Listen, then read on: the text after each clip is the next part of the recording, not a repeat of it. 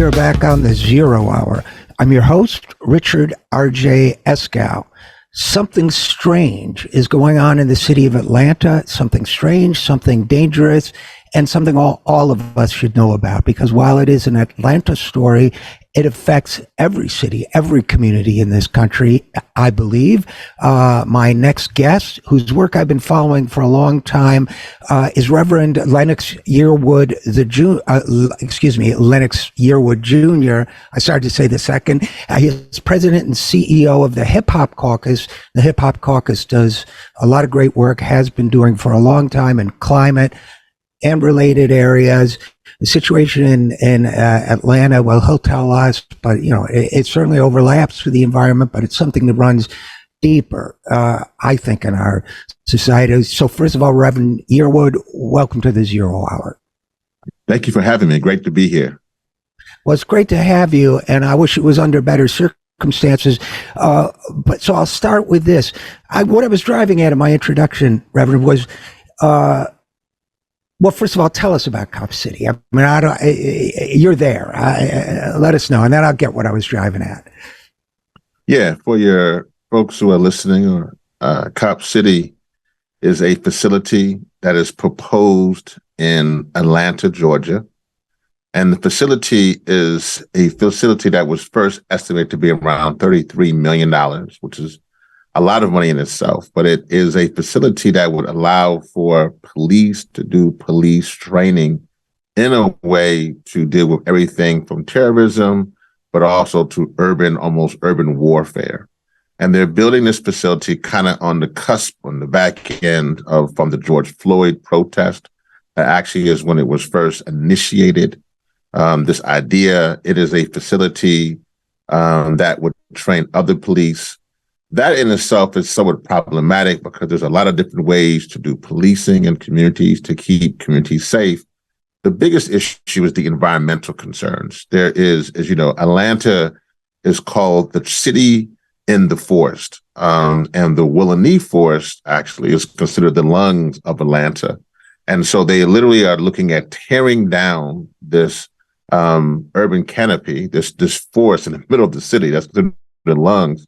That creates clean air for many of the residents around in that community, predominantly Black and brown and poor working class communities. And they want to tear that down to build this facility. So you have this intersection of a problem in regards to how we're dealing with policing, how we're dealing with environmental justice, and we're coupling that, meaning that racial justice is climate justice and vice versa. And the problem here is that most of the residents don't want this facility, particularly don't want this facility to be tearing down the forest in this way and to prioritize. Since that time, the Atlanta Police Foundation, 501c3 organization that is kind of pushing this endeavor, made a quote unquote mistake in which it wasn't $33 million, but upwards of $67 million that's needed to build this facility. So they came back to the city council to find that. And people are like, wow, we can find millions of dollars for this, but we can't find millions of dollars for education, for mental health, which actually will be helping of the problem, for other resources. And so the city literally is saying, stop, Cop City. And so many of us have been gathering to organize. The bigger implications of this is that this past January, there was a amazing non-binary activist who was they have forest defenders. They're those who literally have decided to camp out in the forest to kind of slow down this process. And their name was Tortuguita, and they were in a position where they were killed. And later on, when they looked at their autopsy, they were shot almost 40 plus times. And so that leads to the fact that Tortuguita, that they become one of the first climate/racial justice activists who was assassinated here in America. So this obviously upticks tremendously. Since then, activists have been arrested. They've been charged with terrorism just for protesting. So it's really become an issue of organized money versus organized people.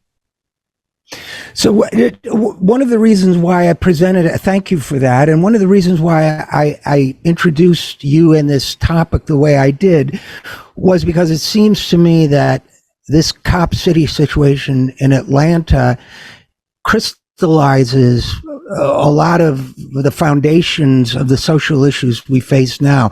On the one hand, it reflects this growing militarization of the police, right? Yes. You don't need to build an artificial city to train your police on unless you intend to use them as an occupying army, almost of an alien force, right? So that's one piece of it. And that is, in my view, a colonial mentality, right? These are not your fellow citizens you're policing. These are colonized people you're controlling. That's one side of it. And the environmental issue is the flip side of it, which is if you're acting like a colonist in an occupied country, then of course you tear down the trees and you use them for whatever you want to do. You mine the earth, you pollute the rivers, and you leave it broken because it's not a place you care about anyway. And it seems to me that one of the reasons this, and underlying it, particularly in Cop City, of course, is the extreme injustice towards Black and brown communities who are on the cutting edge of environmental harm, and poorer communities overall are in the cutting edge of environmental harm. So it seems to me this is almost like the latest manifestation and maybe one of the sort of purest ways of looking at how the system is not working the way it should be for most of us. Does that make sense to you? That makes a lot of sense. And I think there's a tremendous amount of symbolism here as well. Atlanta, for folks who may or may not know, is considered the birthplace for some, or the hub of the civil rights movement. It was the place where Dr. Martin Luther King, Julian Bond, John Lewis, many, many others really was the center of fighting for equality in this country. And then they would go out throughout the South and throughout the country and even the world, talk about what it means to have what this country says, life, liberty, and justice for all. And so one of the things there is that this being in Atlanta at this moment, it crystallizes what is civil rights in the 21st century. It also brings forth what is environmental justice in the 21st century. I think that one of the things here that people have been fighting for in these communities, they will be the ones who are first and worst impacted by the climate crisis. And there are some natural things that you can keep, like a forest. A forest is a good thing to keep intact to deal with, particularly the issues of clean air and clean water. But the fact that you're right, tearing down this in Atlanta, killing Tortuguita in January, the time when we celebrate Dr. Martin Luther King's birthday, all these things create a manifest of where we're going to in the 21st century. And that manifest is not good, because in the 20th century, while they fought for equality, in the 21st century, we are now fighting for existence. And our existence is on the line. And Reverend Yearwood, one of the reasons why I'm very glad that you and your organization have taken this cause up is I think it needs to be amplified. I think that, I work in the media, right? So I'm constantly frustrated at what the media does and doesn't cover.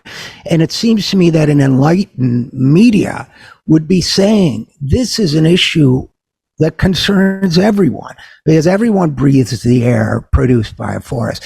Everyone can enjoy the benefits that a forest brings to the community. Atlanta is also, very crowded.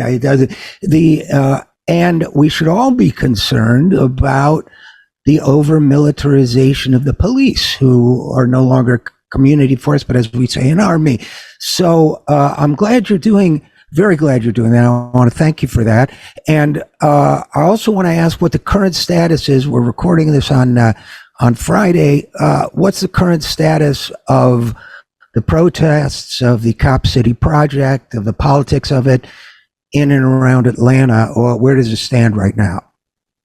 Well, the people's will, I would say, is very powerful. They it is clear that there are many corporations, there are many entities that are pushing this.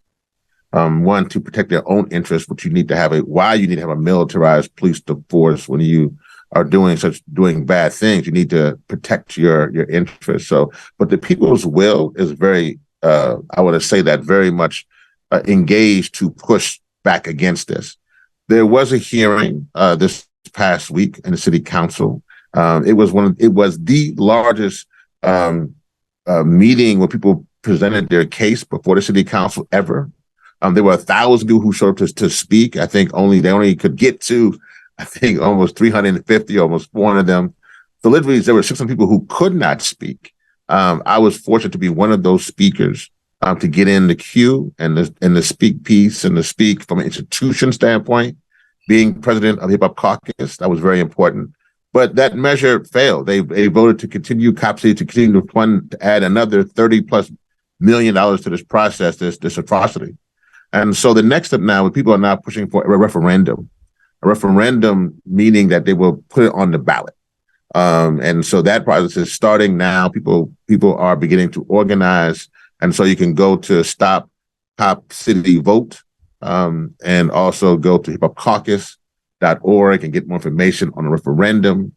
But that's the next step. That is part of it to bring this to the larger base. It is clear from polling, as much as sometimes that can be off or on, but in this situation it's on, and it says that the people of the city of Atlanta don't want their resources to go. So that's the next step. The other step too is that there are those who on the city council who voted for this, and it's clear they're not voting in the will of their district. They're voting more in line with corporations. And I think that we need to look at their resumes again much more closely. In my speech, I was actually Michael Julian Bond, who's on the city council, who is the son of obviously legendary Julian Bond.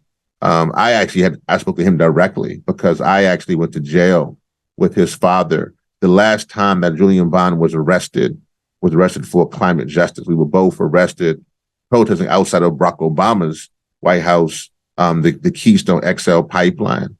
And even though he didn't see that we would cancel that, it was because of him and many others who gave their spirit to defeating that. I bring that up because here it is his son who's now voting for things like Cop City.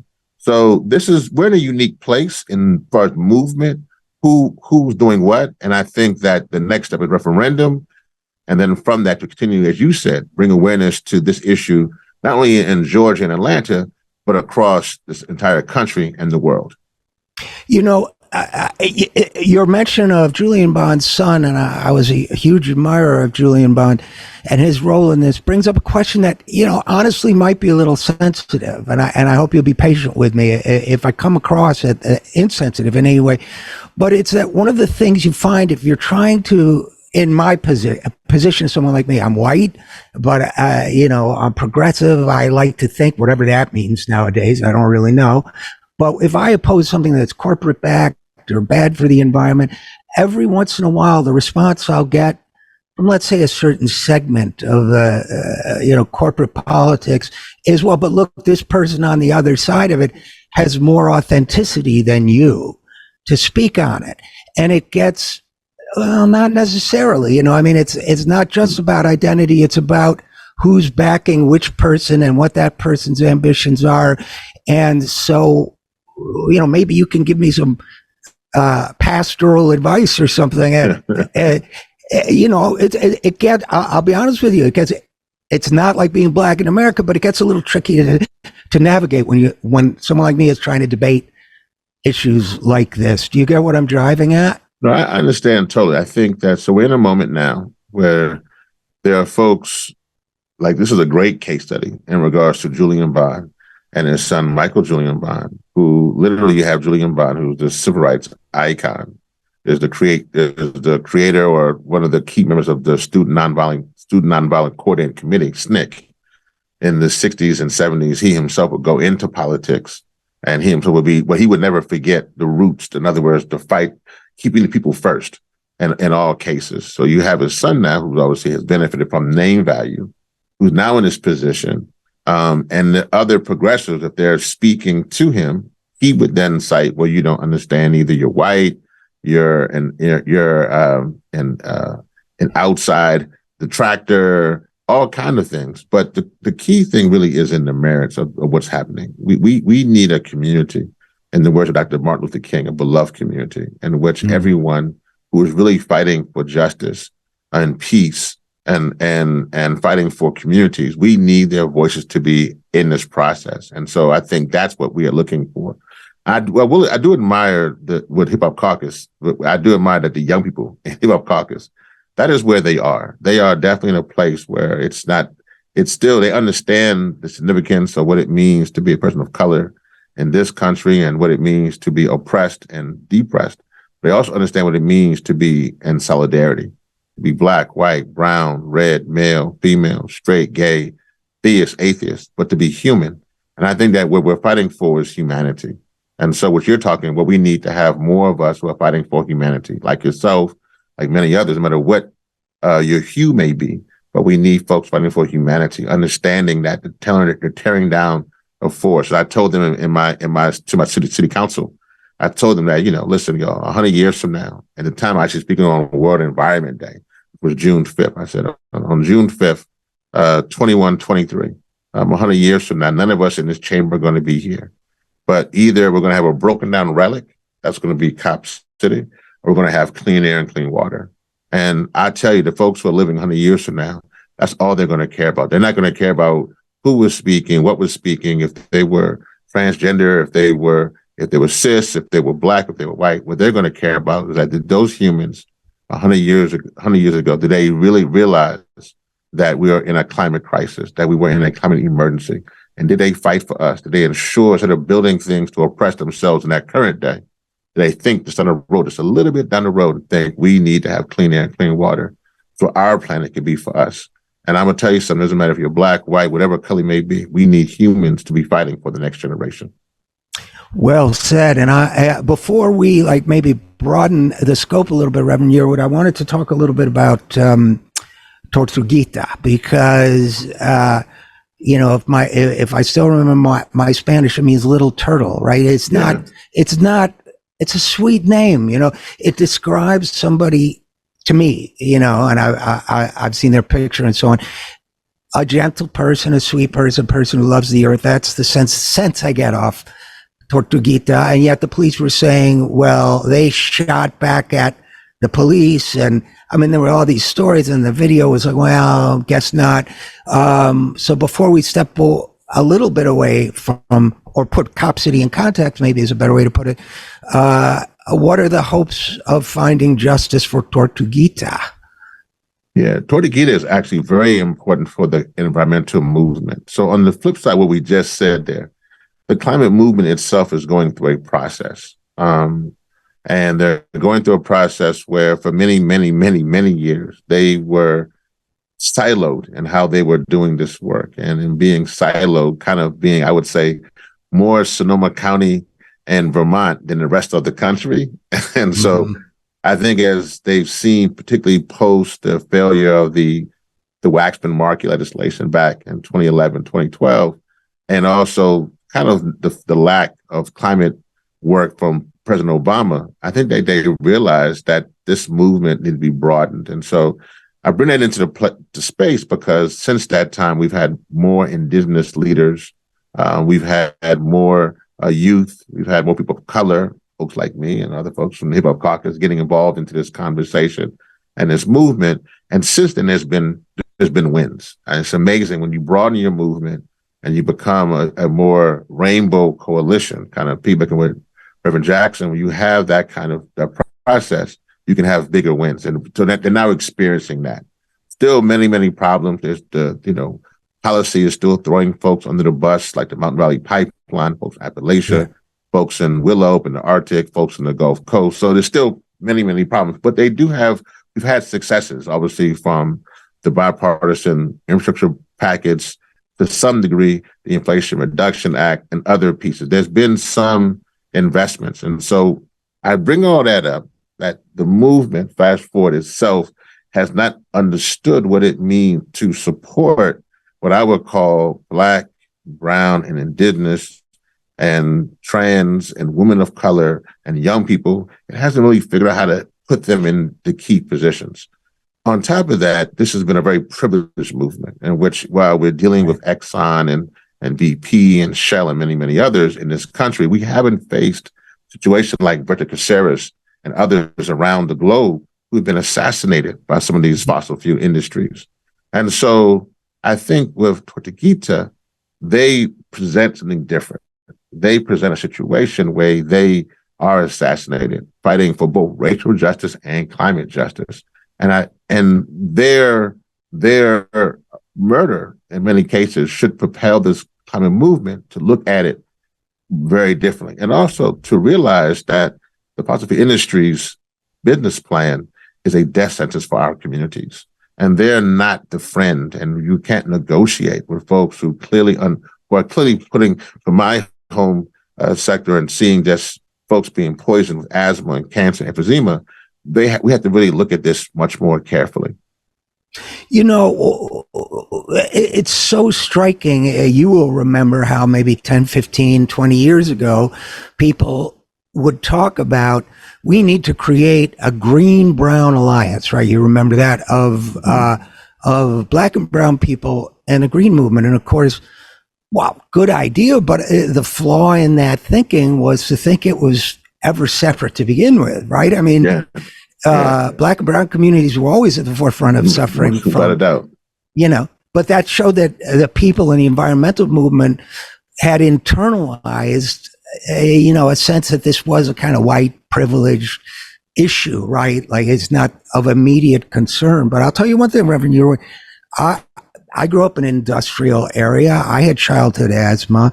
It's terrifying. And black children, I've looked at the statistics, depends on the report you read, they are 7 to 9 times more likely to die of asthma than white children in this country. And that's an environmental issue, as other issues too, obviously, of access to medical care and so on.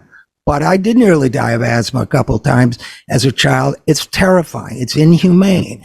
And so if we can get people, I don't mean to be preaching at the preacher here, but you're not at all. You're right.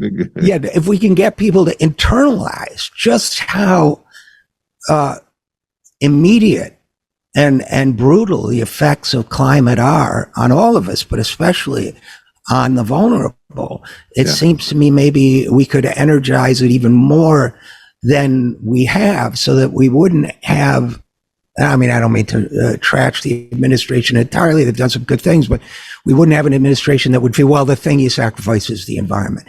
You know, you get what I'm driving at, right? Well, let me start there. I think that first you're dealing with, let's do a climate leadership. We do need real climate leadership. We don't need people to be talking about renewables on Tuesday and fracking on Wednesday. That's not how climate leadership works to begin with. So what you're saying there, we people really understand this. There's right now, what we're going through, as you know, where people are dealing with the Canadian wildfires through most of the East Coast. And so we don't need people to understand that they see that and then in their position say, we're going to send more wildfires. Yes, send more wildfires, but also do the things that stop the wildfires in the first place. I think that we need real climate leadership, and we need to have a serious transition from fossil fuels to clean energy. That's the first thing. The second thing, what you're saying there, which is so important, is that as far as this movement that the environmental justice movement has always been around from day one. And so this is not nothing new. In fact, people saw this and still see this as a predominantly white, privileged, Birkenstock type movement, then that's problematic. And that isn't where success comes in at. I would say that the thing here, though, is that we need to realize that we are running out of time, and that what this movement needs to do is that while it's asking for the world to transition, that it itself must transition. It must transition in how it's doing its resources. For example, we know in philanthropy, we look at the 12 largest foundations who are giving out, and in 1 year, regarding environmental issues. In that 1 year, those 12 foundations give out $1.3 billion for fighting for advocacy regarding climate. out of that $1.3 billion that was given out in 1 year, only 1.3% went to BIPOC and EJ-led organizations, studied by the New School. So I bring that up because as we're looking for a Justice 40 externally, internally, we don't have a Justice 1%. And so I think that this movement has to change how it's doing.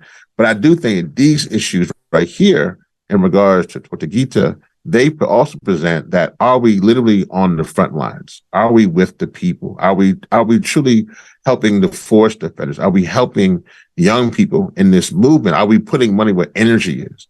Are we dealing with issues that don't interest the intersectional environmental movement, so that we understand how health and education and criminal justice and the environment all work together, as you said, back in your hometown? That's the kind of conversation that we need to have. And if we do have that conversation, there is good news. The good news is that we can actually transition from fossil fuels to clean energy, but we must get off our greed. We must get off how we're looking at this process and be real about the transition that we need to take place right now in 2023 and beyond.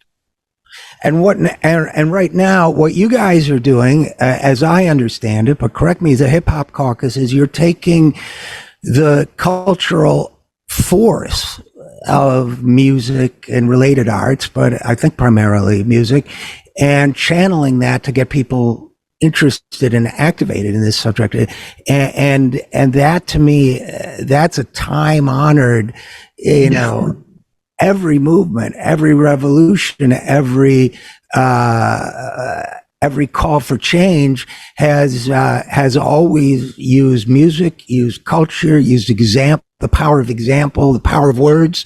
So seems to me that's a critical element of getting this movement going. Is that fair? Correct? That is fair. I mean, I would add a little more. I think that we are really focused. We understand that building power, you need to have the narrative storytelling. And so we're really engaged in that. We believe that, this movement, listen, it has some amazing energy, but it needs some good storytelling. Facts are great. We need to have data and facts, but we need to have good storytelling as well. And so we're really focused on that, using one's cultural expression, take one's political experience. And so in doing that, we are doing music. We're creating climate albums. We're creating documentaries. We're using comedy. We're using podcasts. We're doing everything that we can do. We're working with Hollywood to see if we can get more climate into the storylines. We're doing all those things because we do think that that's a bigger platform to engage. And, it's pretty cool. It's called Think 100%. I think it's behind McCorney. Was one of the things there. And I think that in that process, people can check out think100climate.com for more information on how they can, see what we're using to deal with that. And also on the ground. So I'll give you an example. We have in Louisiana and in Texas and Ohio River Valley, in Ohio, West Virginia, Pennsylvania, we're really taking on the issue of petrochemicals, and single-use plastic. And that aspect. And we know that this industry we are winning in many cases, and we're cutting off them, but they're trying to do some back end, and they want to use plastics to do that. So we're trying to stop them on that end. And so we're creating docu-series like Big Oil's Last Lifeline, free. Go on the website and check it out. But we're doing all these things here. We're creating animations like Schoolhouse Rocks around this issue. We're doing all those things because we are in a crisis. And whatever we can do to make this a little more easy for folks to understand, then we're all in for that. And when you talk about BIPOC leadership, I think this is, a perfect example of it, in the sense that, especially communities, states like Louisiana, Texas, Virginia, where there's a large segment of the population that may not even believe climate change exists, right, and they see it as something that comes from these elites up here, right? Oh, they don't want me to own a gas stove. That's the big thing now. Ted Cruz or somebody keeps tweeting, oh, they don't want to let you have a gas stove. Whereas if they start to see that the communities impacted are taking leadership and turning things around, I think despite the social friction in this country, some people across the demographics will see that this is real and that it impacts them. At least that's my prayer, because the work you're doing is so important. So, any last words before we say goodbye? Well, I think you hit the nail on the head there. Speaking of Louisiana, one of our goals there, and Louisiana has an awful nickname. Its nickname is Cancer Alley. And Right. sometimes that just kind of goes over people's heads, but that's people dying because of breast cancer and other types of cancer. So our goal as Americans in this country, so let's change that nickname. Let's change it from Cancer Alley to Opportunity Alley. Let's get rid of that industry that's causing disease and destruction. Put industry in and give true opportunity. And so I think that's what we got to do. All right. And hopefully when you do, that'll help save the music that I grew up playing on those guitars back there too. Cause yeah. No, that's it. You got and that and the gumbo from Louisiana too. But all that. Oh man, absolutely. Save Mother's Kitchen. Yeah. All right. Thanks so much for your great work, Reverend Lennox Yearwood of the Hip Hop Caucus. Thank you and and your insights. And thank you so much for coming on the program. Thank you. Take care. You too. And we'll be right back after this. I'm Richard RJ Eskow, and this is the Zero Hour.